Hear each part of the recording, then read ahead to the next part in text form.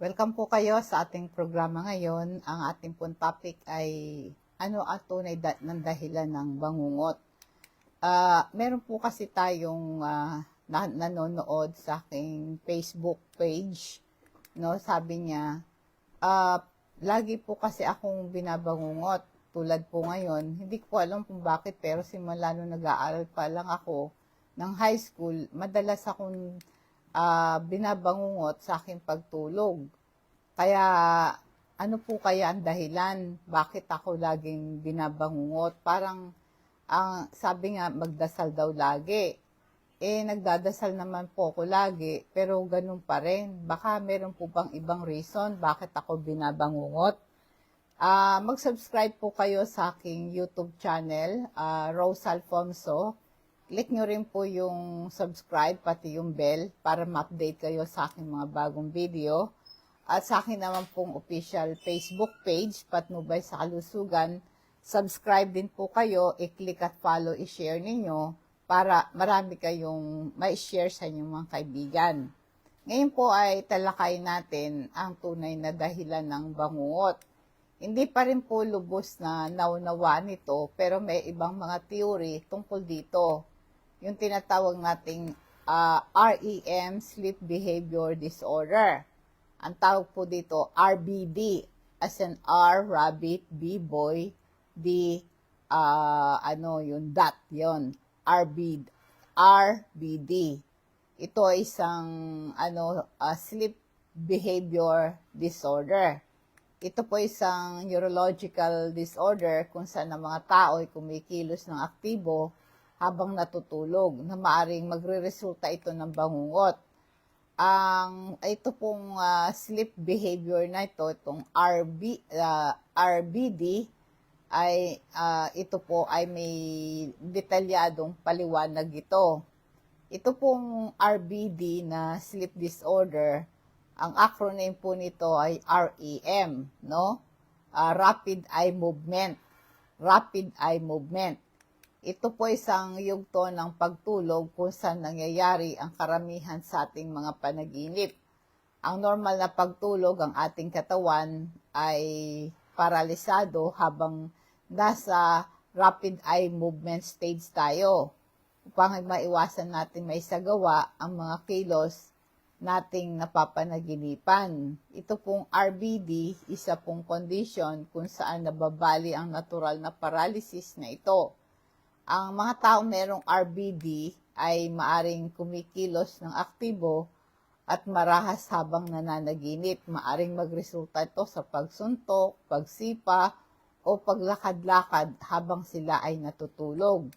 Bakit nangyayari po itong RBD na to? Hindi pa lubos na maunawaan eksaktong sanhi ng RBD, ngunit may mga theory na guugnay nito ang pagbabago ng utak na may kaugnayan sa pagtulog, o maaaring may kaugnayan nito sa mga neurodegenerative diseases tulad ng Parkinson disease, ngunit hindi lahat naman po ng RBD ay nagkakaroon ng ganitong sakit.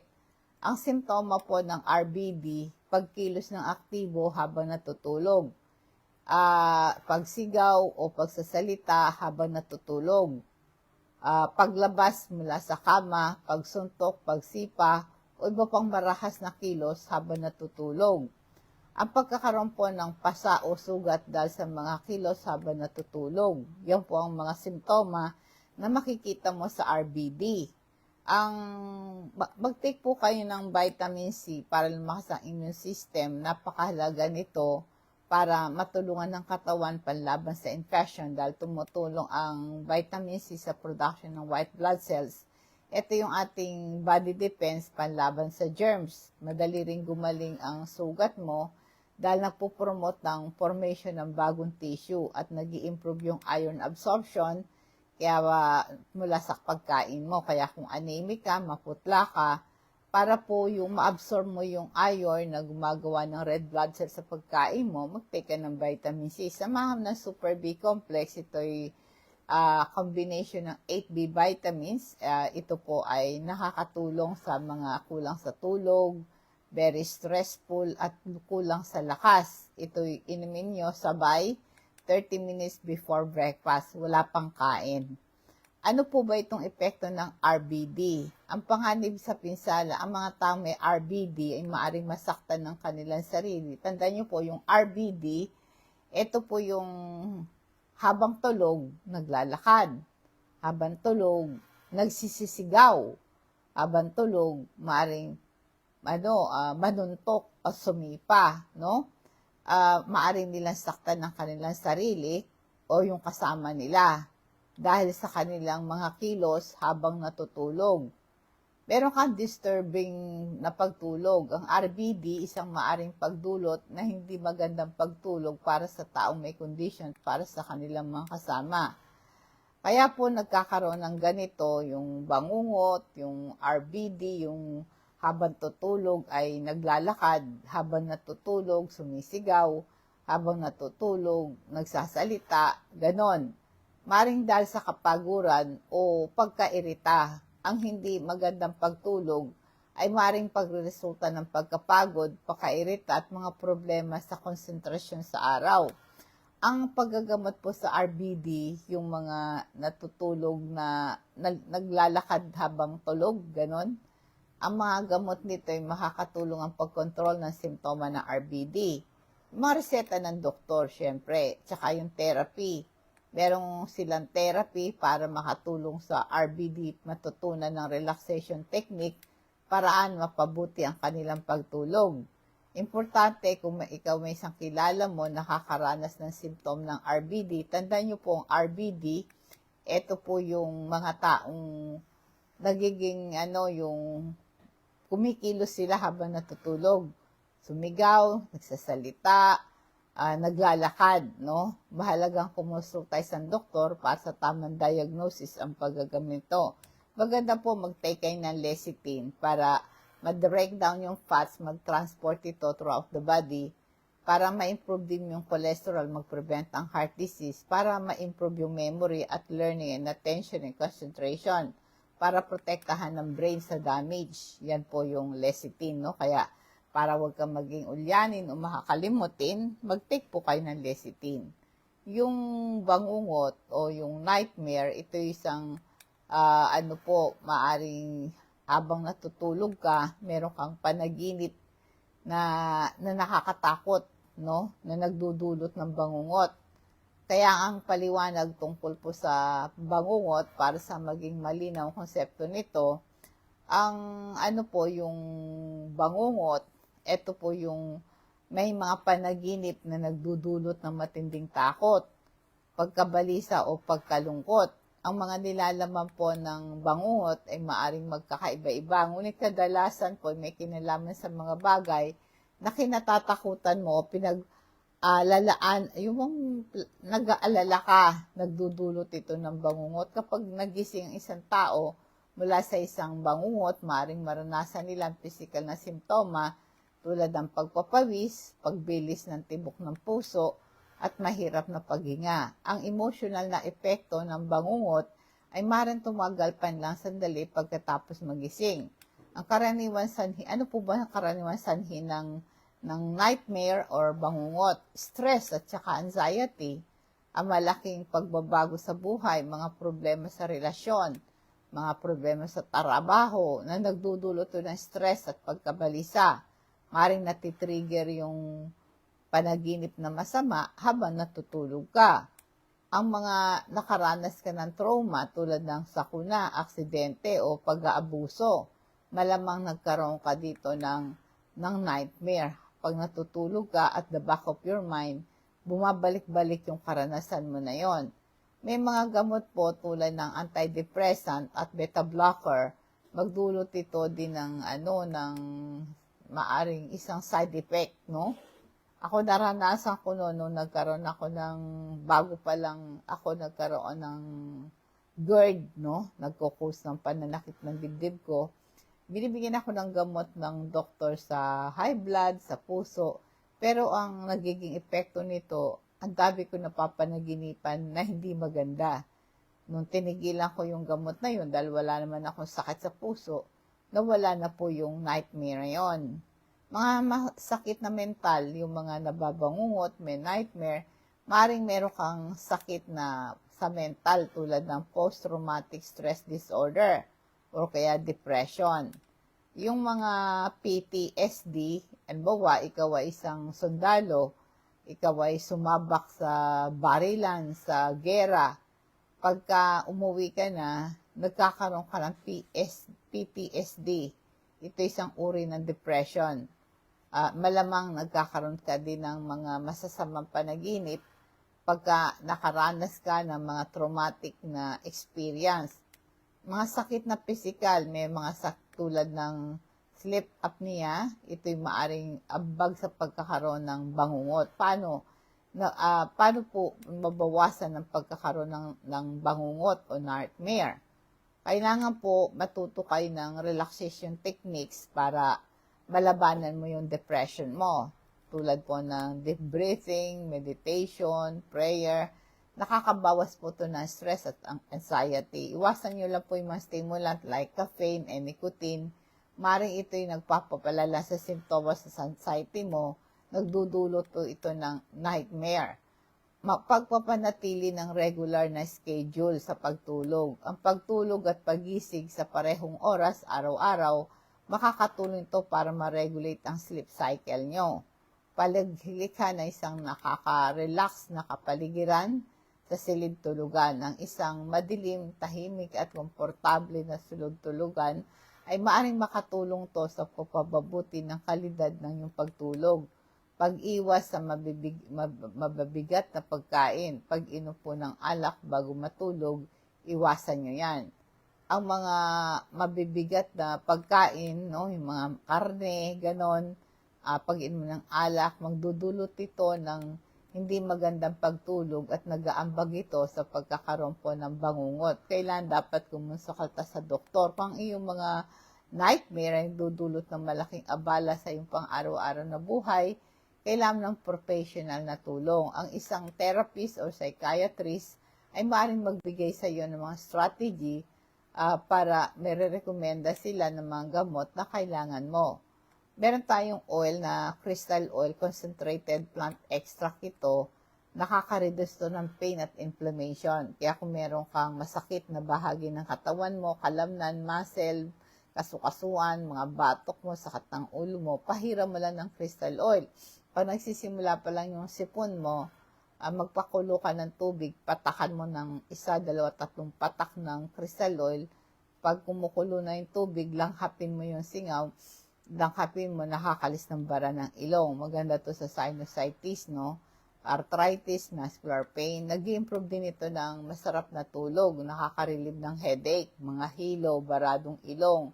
Nakiklear yung congestion. Nag-improve yung respiratory health mo. Maganda sa shoulder pain. Merong pangkalmating effect sa tiyan, sa sikmura. Bloated ka, kinakabag ka, acidic ka.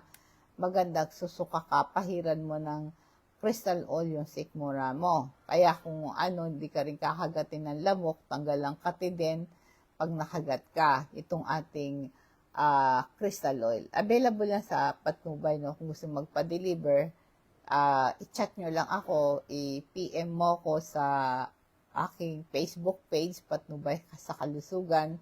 Sabihin yung pangalan, address at cellphone number ninyo para i-deliver to.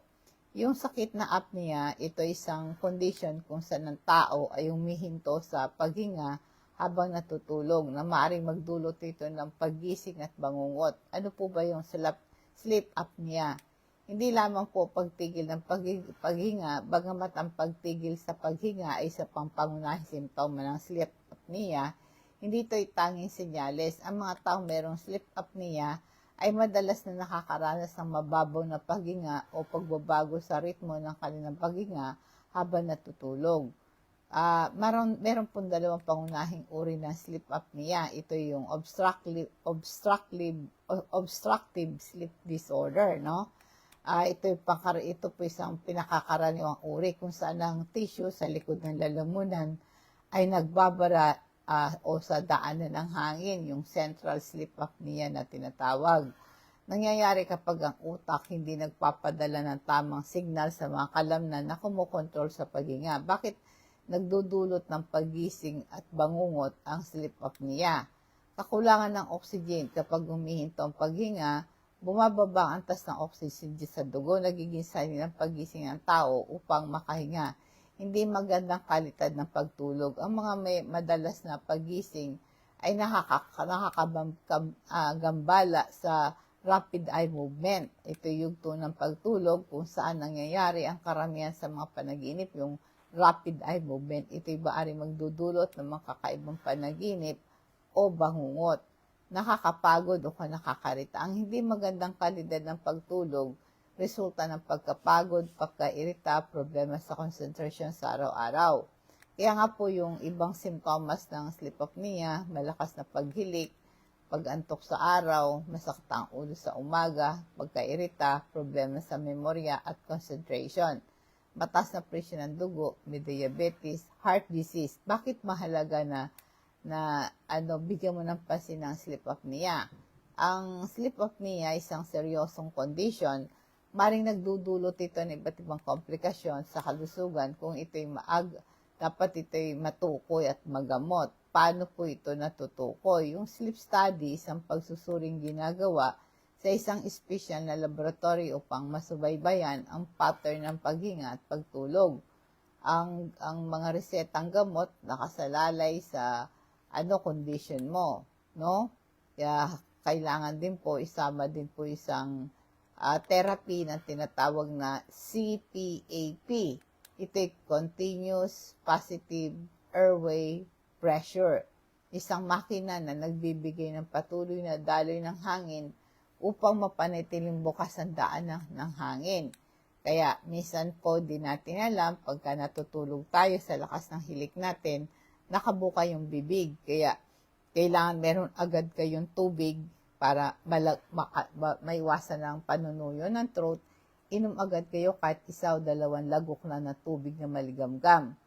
Maaring meron kayong oral appliances, mga special na aparato na makakatulong na buksan ang daanan ng hangin. O kaya yung ibang kaso, inoperahan para alisin yung hadlang sa daanan ng hangin. Kung ikaw ay isang kakilala mo, nakaranas ng ganitong simptoma ng sleep apnea, mag-check up sa doktor para sa tamang diagnosis at panggagamot. Ang mataas na antas po ng stress anxiety, nag-aambag yan sa pabangungot, kaya po ang epekto ng stress anxiety, merong epekto yan sa ating panaginip. No? Paano naapektuhan ang stress at anxiety sa nightmare? Aktibang isip mo kapag tayo po'y stress or anxious, ang ating isip patuloy na nag-iisip. Nag-aalala tungkol sa mga bagay na nagpapapagod sa atin. May ilang mga negative emotion na maaring makapasok sa ating mga panaginip na nagdudulot na nakakatakot na nakakabahan ng mga imahe. Kaya meron kang disrupted tulog, disrupted sleep. Ito po yung stress at anxiety. Maaaring magdulot ito ng problema sa pagtulog tulad ng kahirapan sa pagtulog o madalas na paggising sa gabi. Ang hindi magandang pagtulog ay maaaring nagdadala ito ng mga sintomas ng stress, anxiety at nagpapatas ng posibilidad na magkaroon ka ng nightmare. Kaya nga po yung intense emotion, ito po yung nagkakaroon ng malaking epekto ito sa ating panaginip. Ang mga taong under stress or anxiety, may mga negative emotion, ito po yung mga panaginip na may nakakabahala, no?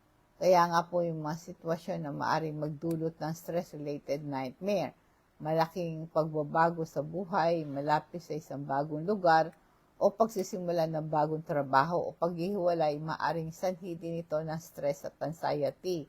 May mga problema sa relasyon, mga conflict sa family, kaibigan, or boyfriend mo, no? Nagdudulot ito ng stress, nag-aambag ito ng pagkakaroon po ng nightmare. Mga problema sa financial, alalahanin tungkol sa pera, maging isang malaking pinagmumula ng stress. Ang problema sa trabaho, ito po ay maaaring magdulot ito ng anxiety. Kaya para maiwasan po yung stress at related sa nightmare, kailangan po magsanay ng relaxation technique tulad ng deep breathing meditation. Maaaring makatulong po yung exercise, massage, gano'n, no? At saka alagaan mo sarili mo. Siguraduhin na makakakuha ka ng sapat na pahinga, exercise at malusog na pagkain. Ang pag-iwas sa mga stimulant, caffeine at nicotine ay maganda ito para maiwasan yung pag-aalala, anxiety at nagdudulot ng nightmare. Iwasan mo yung mga mabibigat na pagkain, pag-inom ng alak bago matulog. Katulad halimbawa ng mga karne, iwasan mo yun, no? Kaya iwasan mo rin yung mga paggamit ng electric devices bago matulog. Yung asul na liwanag na nilalabas ng electric devices, nakakagambala ito sa yung sleep cycle. Magpa-check up po kayo sa sun therapist.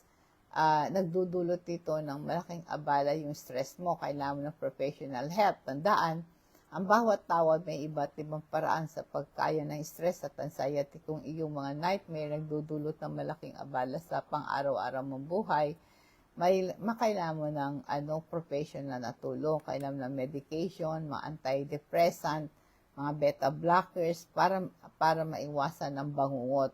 Kaya nga po, mayroong mga gamot, no, na nagko-cause din ng nightmare. Kaya may mga side effect yung gamot. Kaya dapat i-report ito sa doktor mo, no? Kaya ang mga gamot maaaring makapekto sa ating panaginip sa pamamagitan ng pagbabago ng chemical sa ating utak na kumukontrol sa tulog at sa ating emotion. Kaya nga po yung bigyan ka, pag niresetahan ka, huwag mo munang damihan. I-try mo muna kung epekto to sa iyo. Mga antidepressant, pwede kang bigyan. Ang mga beta blockers, ito yung nire-reseta sa high blood, nagdudulot ng sakit sa puso. Kaya nga po, ang mga gamot na ginagamit dito, mga steroid, isa yon, no? Pero, syempre, anumang gamot na kailangan mo, ay reseta ito ng doktor, mga pain reliever, ganon. At yung mga nakakaranas ng nightmare dahil sa gamot, check up ka sa doktor mo, no? Kaya mahalaga magpakonsulta ka. Kailan ayusin yung mga doses ng gamot mo, subukan ng ibang uri ng gamot. Huwag biglang tigil ang pag-inom ng mga gamot. Ang biglang pagtigil ng gamot sa iyo na reseta ng doktor, magdudulot ito ng side effect. Subukan nyo po yung natural remedy tulad ng pag-inom ng tubig, yung mga salabat, pagsasanay ng relaxation technique. Makakatulong ito sa pagbawas ng stress at anxiety. Parang madali ka rin makatulong sa pag-iwas ng iba't ibang reaction sa gamot, no? Kaya kung meron kayong bangungot at naghihirap ka dito, makakatulong makipag-usap sa doktor mo, matukoy ang sanhi at makatanggap ka ng angkop na panggagamot. Yan po, okay? Meron tayong omega-3 fatty acid kung malapot ang dugo mo. Kung ikaw ay may sakit sa puso, mataas ang triglycerides, cholesterol mo, mataas ang bad cholesterol mo, para ma-reduce ang panganib sa stroke and heart attack at arrhythmia, nakaka-reduce din ito ng inflammation like arthritis, no? Meron siyang anti-inflammatory properties, ang omega-3, nag-i-improve ito ng blood flow para ma-manage ang simptoma ng mga arthritis and other inflammatory condition like rheumatoid arthritis. Mag-take po kayo ng omega-3, no? Ipaalam niyo po sa akin yung pangalan niyo, yung address, yung PIN number niyo, kung gusto niyo po magpa-deliver ng ating health product. Padi-deliver po natin yan sa mga rider, cash on delivery, i-charge lang po sa inyo ang shipping fee, okay? Dadako tayo sa ating food for thoughts, Jeremiah 29:11. Ang sabi po dito, sapagkat alam ko ang mga plano kong ginagawa ko para sa iyo, sabi ng Panginoon, plano na magpapalaya at hindi kasamaan, mga plano ng pagbibigay sa inyo ng pag-asa at isang kinabukasan. Kaya alam po ng Diyos, pagkapanganak natin, may plano na siya sa atin, may purpose na siya sa buhay natin. May plano siya na i-prosper niya tayo, hindi kasamaan, no? Hindi yun magdudulot ito ng panganib sa buhay natin. Ang pag-asa, meron tayong pag-asa sa ating kinabukasan. Kaya po yung binibigyan tayo ng hope sa future. Ito yung reminder ng God is have a good plan for all of us. Ang desire niya, pagpalain tayo at tayo po ibigyan ng kaginawaan. Magandang gabi po. Nawa pong pagpapala patnubay ng Diyos ang sumatin. And God bless us all.